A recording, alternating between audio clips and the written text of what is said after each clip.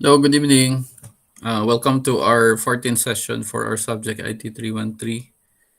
And this evening, our topic is about data collection methods for quantitative research.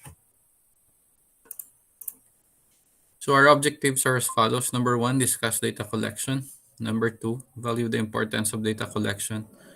And number three, understand the need for data collection. Okay, so let's talk about um, data collection methods for quantitative research. So there are many ways to categorize research methods, which most falling into the fields of either qualitative or quantitative.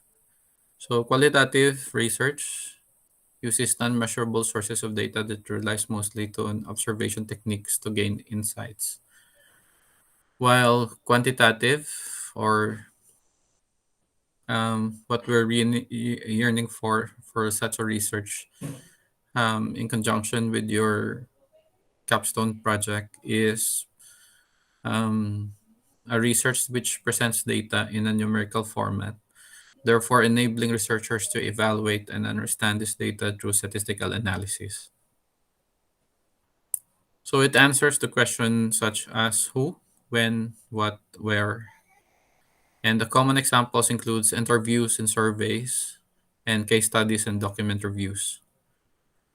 So generally speaking, quantitative data tells us what respondents' choices are, and qualitative tells us why those decisions or choices are made.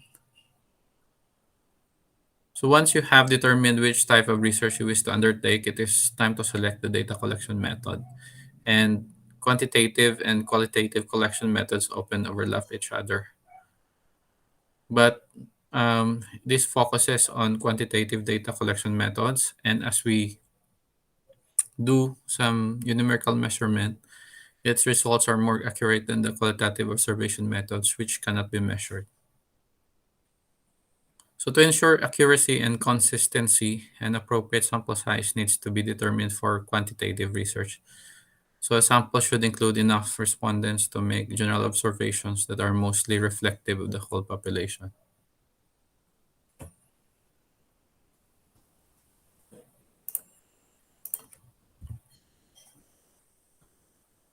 So such the case for surveys, like we made mention, and quantitative surveys are a data collection tool used to gather close-ended respondents or responses from individuals or groups. So each question types primarily include categorical yes or no and interval ratio such as the rating scale and the Likert scale. So they are used to gather information such as based upon the behaviors, characteristics, or opinions, and demographic information such as gender, income, and occupation. So surveys are traditionally completed on pen and paper, but these days they are commonly found online, which is more convenient method. So for the advantages of surveys, number one, we have speedy collection. This is user-friendly and optimal length surveys are quick to complete and online responses are available instantly. The second one is the wide reach, which online surveys invites can be sent out to hundreds of potential respondents at a time. And then the targeted respondents must be using online panels allows you to target the right respondents for your study based on demographics and other profiling information. For interviews, this refers to the surveys or interviews, or these are like surveys that in one way or another use a question and answer format.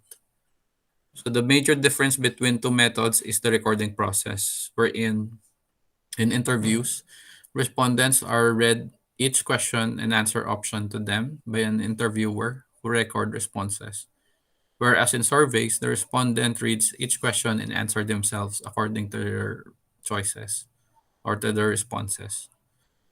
So for quantitative interviews to be effective, each question and answer must be take or asked on the same way that the respondents with no little input for the interviewer.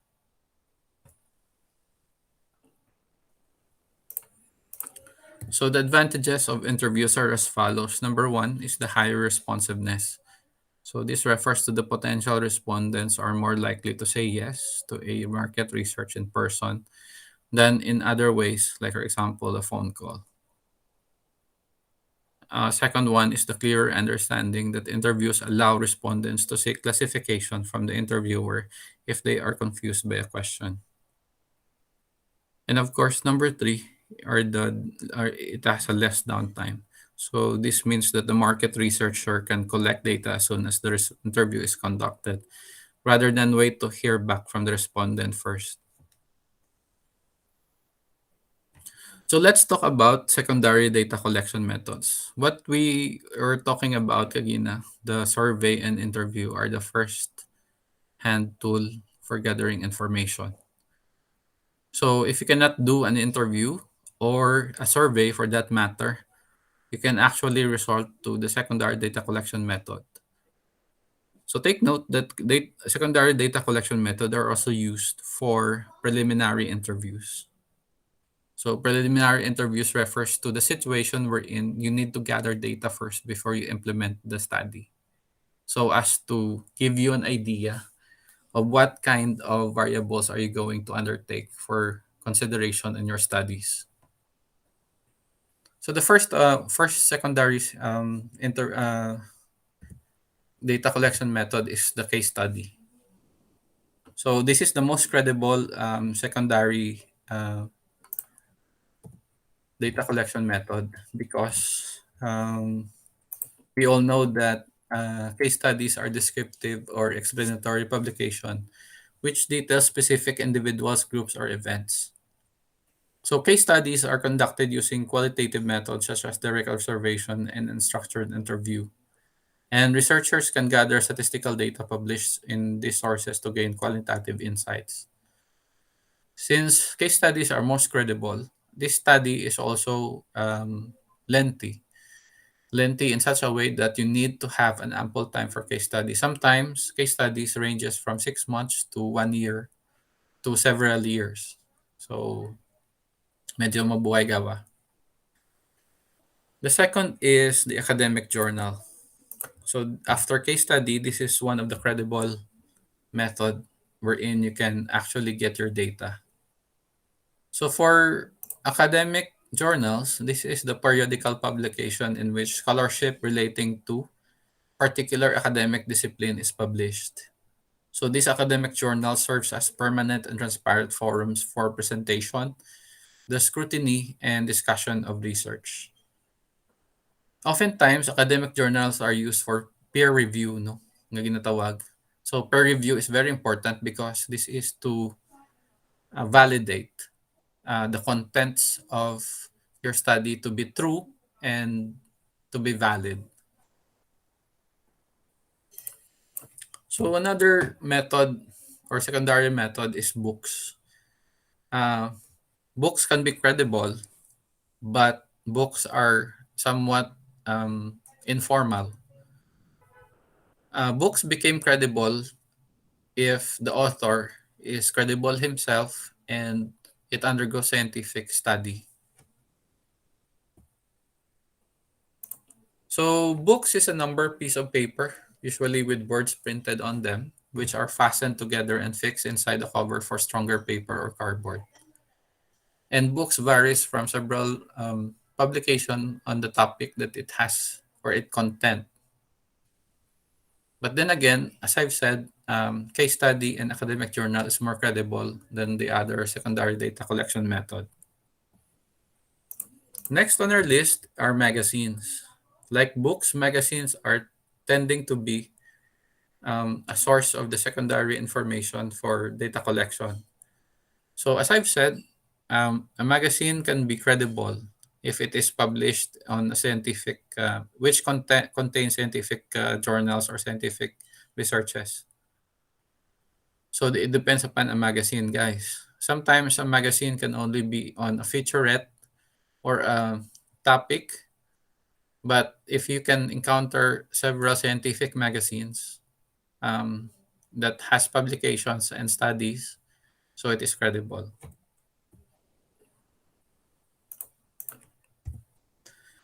So the last one is the government publication.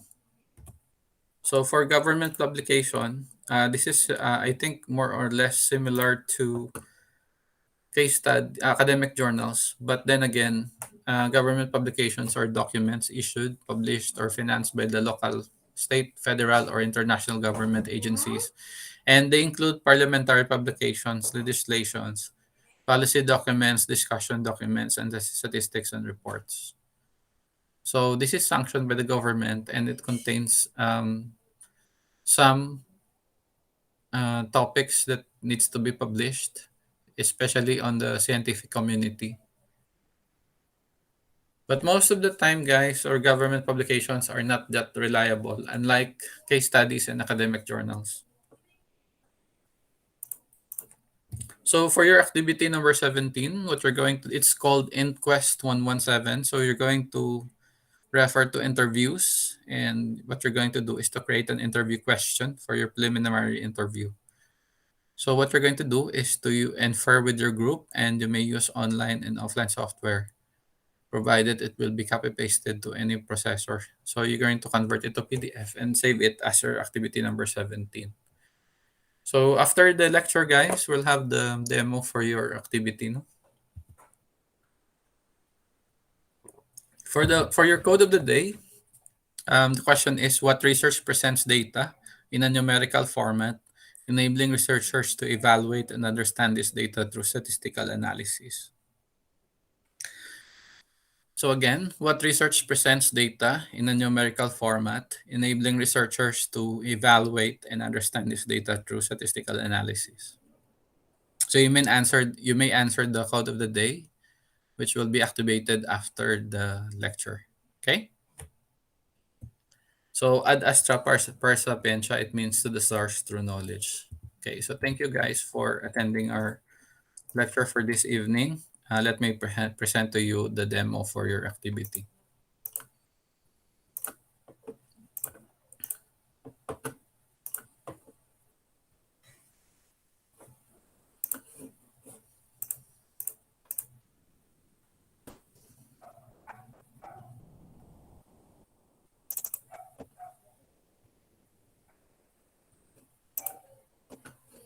Okay, for your activity, what you're going to do, guys, is to present 5 questions. This is the question that you're going to answer for the preliminary interview. So what you're going to do, guys, is to put the title first. So you put the title sa babaw. So this title is the title of your study. So to get the border for your activity on Excel, so what we're going to do is to merge and center. So this is the title of your study, okay? And then afterwards, what you're going to do is you're going to merge and center this one, and you're going to pull it like this way. And then all together, you're going to create a table with borders, of course. And then you put here survey questions.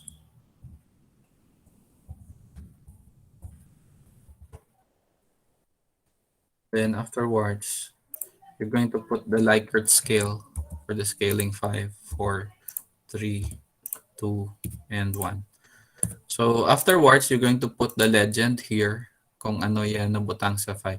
So most likely, guys, ang nabutang sa 5, 4, 3, 2, 1 for your legend.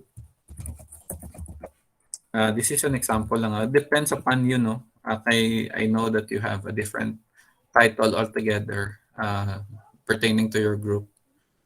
So for 5, this is most likely. Then for 4,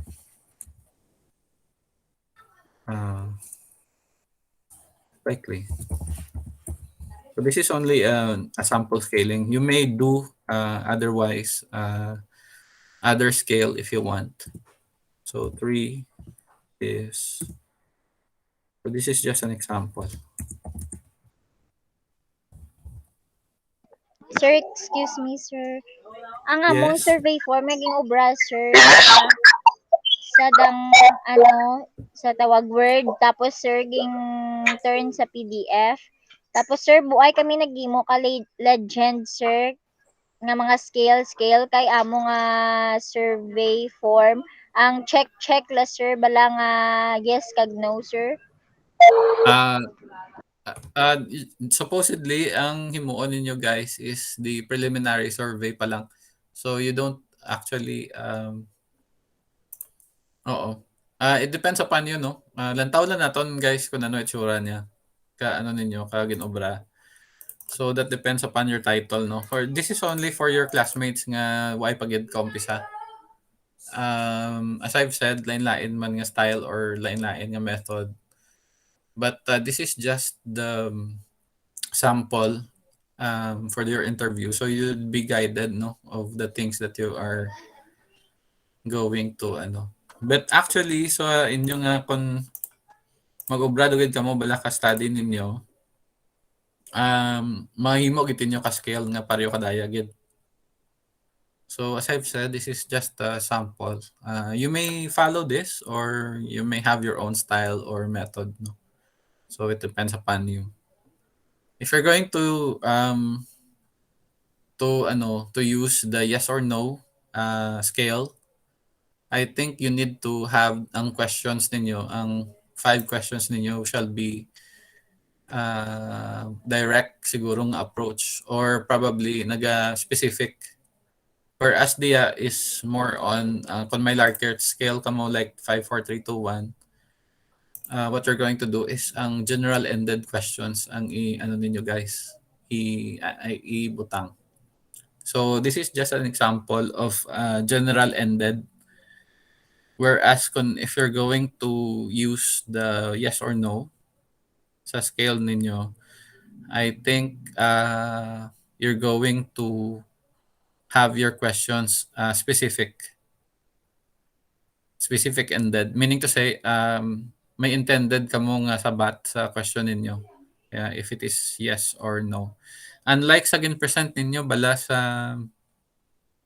chapter 2 karang nagligad sa mga ngatong dumduman ninyo tuya sa chapter 2 naton nga gin-copy lang ninyo dun dato ang scale nga dato. So I forgot kung kay sino dato naghalin pero actually ang scale nga dato is I don't need to revise it. But nakaano na siya nga daan mo, naka-rate na nga daan. So it's standardized already. But like this one guys, we're hitting 2 birds in 1 stone here because you're going to write it for as a survey and you can write it also as for the interview. So for interview, um, you're going to use I think ang specific nga ano gid. Whereas this one, pwede daya sa survey, pwede man sa interview. Ginhimo ko lang nga pareho kadaya, the explanation is sometimes kung tuya do ka mo sa field nga example magpamangkot do ka mo sa mga agencies or sa government agencies or sa non-government agencies nga conduct ninyo ka study ninyo, ma-encounter ninyo siguro nga sometimes why kamot interviewon or may ginadtunan or hindi available ang mga tao nga interviewon ninyo. So to better prepare you with such situations like this one, I opt to use the general-ended questions nga ginbutang ko dayan nga survey question, then use a Likert scale and ano na siya, general-ended, meaning to say una lang nanda nga pagbasa guys hangpan do ginandaya gusto nyo matabo or ano ya pamangkot nga ginano ninyo. Whereas nga kung if you're going to use the specific ended question, yes or no sa Likert scale, see to it nga ang respondent ninyo will be there sa pag-interview ninyo. So amo lang the explanation ko guys. So you can use both or you can use any of the method. Okay, so I hope I better ano no what's this gani explain to you why we did use this one. So it's up to you guys. For this one naman, to continue with our table here, I think you need to put the questions here sa dia.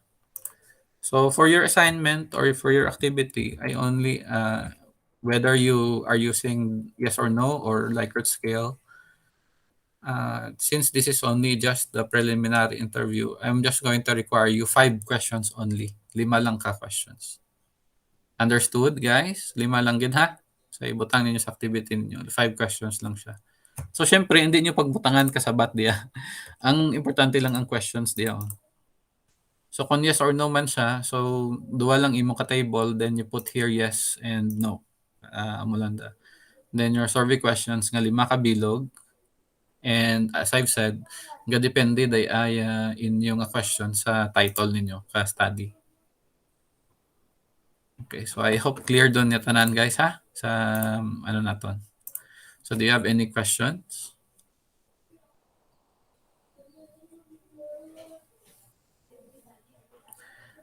Don't worry if you finish already the activity and you pass it already. I think it's all good na.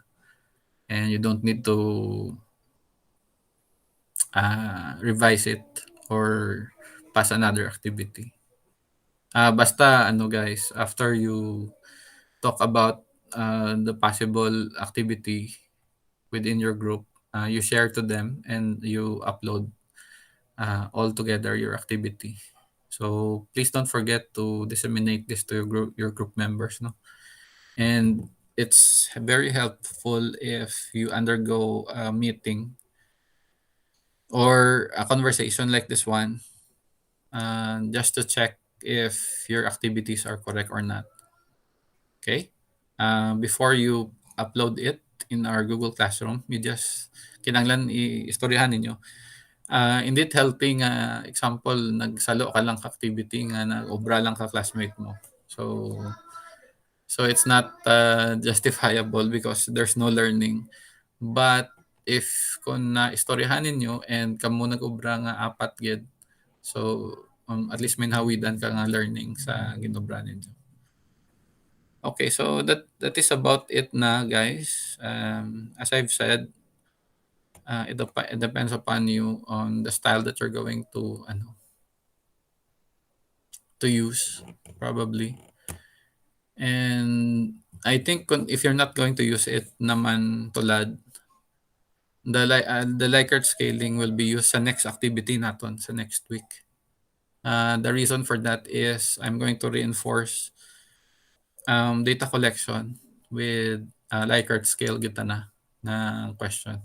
So better prepare your Likert scales or scaling next meeting. So duwa na to guys sa ano na to sa actually heads up lang sa reliability kag sa variability. Kung reliable siya ang study nyo, ang questions nyo bala ang sa survey doon or sa interview. So paano nyo mabalaan kung reliable siya or valid or ang validity niya okay. So you're going to use the Likert scale on that. So this one is just the heads up or that one technique on how to do your preliminary interview. Just because it actually the one of the foundations of a good study is the interview questions. Kaya sa if you know if you can get the substantial amount of data from your respondent, you will be guided kung ano nga mga variables ang imo nga i-manipulate within sa capstone ninyo. Kay kinanglan manan mo kung ano yung umpisa, ano yung goal mo, kag ano paano mo siya tapuson. So syempre ang tanan mo nga plano or kag ang mga methods nga gamiton ga-depend na siya sa mga questions nga itaon nyo kananda during the preliminary interview. So ano actually paano ka mo maka-come up ka mga questions nga mga nagme.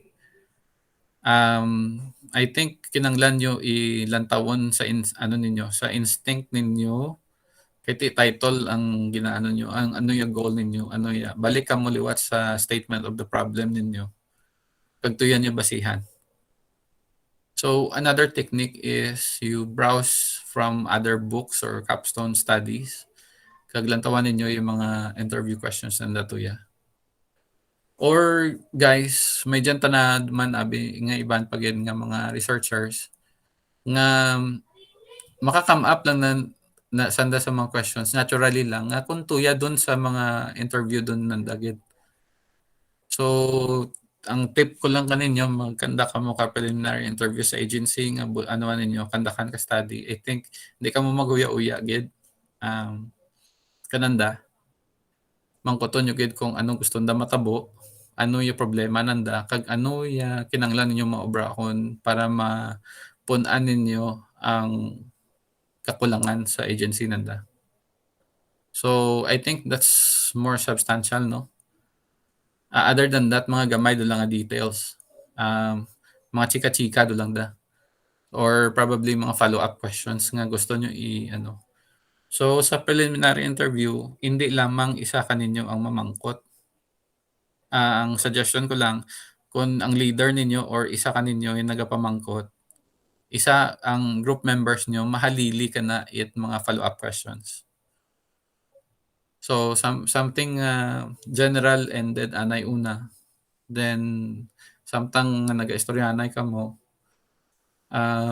naga-curious ka mo kag naga-ano. So hindi nyo lang pag itali lang sa tally board ninyo ang sa table nga obraon ninyo diyan nga 5 4 3 2 1 or ano. I think daragid ka mo ka cellphone na may recorder kag i-record ninyo ang conversation. Before ka mo mag-record yung conversation kananda, lisensya ka mo anay kananda ka nga pwede ninyo i-record anay interview ninyo. So that kung may na-missed out ka mo nga something or point, you can listen back to the recording and find out kung ano pa kulang or ano yung mas mayad nga obrahon. To avoid conflict on Data Privacy Act of 2012, lisensya gid kamo kananda before nyo i-record ang conversation ninyo. So bawal wiretapping, anti-wiretapping da guys kasi makasaran ka mo ka wiretapping, no? Kay bawal abin mag-record ka mga ano.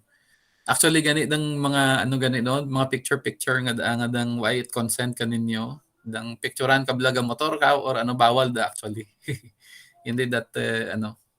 The same thing man kaninyo, if you're going to record something, take a picture of someone or ano without their consent, bawal na siya. So hindi na siya bawal kung hindi ka mandakpan, pero if example may nakakita or may nagreklamo or ano, actually bawal na sa ano. Especially kung gina-post niyo sa ano social media. So bawal na bawal gid. Pero kung example mga tanawin or ano, pwede na siya kahit lugar na iya mo. Why isang nagapanag-iya sang lugar. Pero ang dagway sang tawo, ang itsura sang tawo, ang color sang bayo sang tawo or ano nga ginaangkon na nga ana, hindi na inyo, bawal gid na sa. So the same thing man sa mga recording. So syempre ma-take picture ka mo for documentation nga nagkanda ka mo preliminary interview. But ang first nga obrahon ninyo gid is to ask permission from them, from your respondents. Kung pwede ka take a picture, kung pwede ka record ka conversation or other documentation process. So, and then those information that you can gather from them, take it as private, no, for your own consumption. So you never put it in social media or other mediums, no. So just like what are we doing here? What I mean is ang klase naton bala. Although gina-record ko dya, gina-post ko sa group naton, pero wala ko siya gina-post sa public, no. So para lang kaninyo sa mga classmates nyo nga hindi ka attend, para may tamdan sanda or gusto da mamati sa lecture. Actually dapat gani kada absinan tagid tanada ng waig attend ka klase balahaw tigaring may consideration man ay pandemic man. Ti ura ga code of the day lang kita. Pero na-observe ko, ginabusar man ninyo guys sa iti ga code of the day matuod pero ya makita ko ya wara agaten ga sa Batman ka code of the day. So maybe some of you are leaking the information, the code of the day to your classmates, no? So just because it's 10 points, but why man, okay lang siya. The most important thing to add is um, you can see the lecture, you can see the replay. Nga do pareho lang da nga nag-attend man kamo ka klase man nga diya. So unfair man da sa nag-attend nga wala tanda, wala ga-attend tapos ano man. Pwede, I don't mind, no. It's part of your learning strategy kung ano inyutin yung himuon. Why man ka mo gina-force or whatever. It's entirely up to you. And we're just here to remind some things, no? Because how many weeks na lang it's already final exam. So our final exam is, for your information, is on January 20. And all activities are encouraged to be passed on that day, no? So it's January 20. I think that is all for this evening, guys. I hope that you learned something. And do you have any questions pa before we end our session? Okay, so thank you so much for attending our class, Rose Ann, Randall, Runila, and Rhoda. So I'm going to stop the recording na and you can actually, ano na. So good evening, gid sa tanan.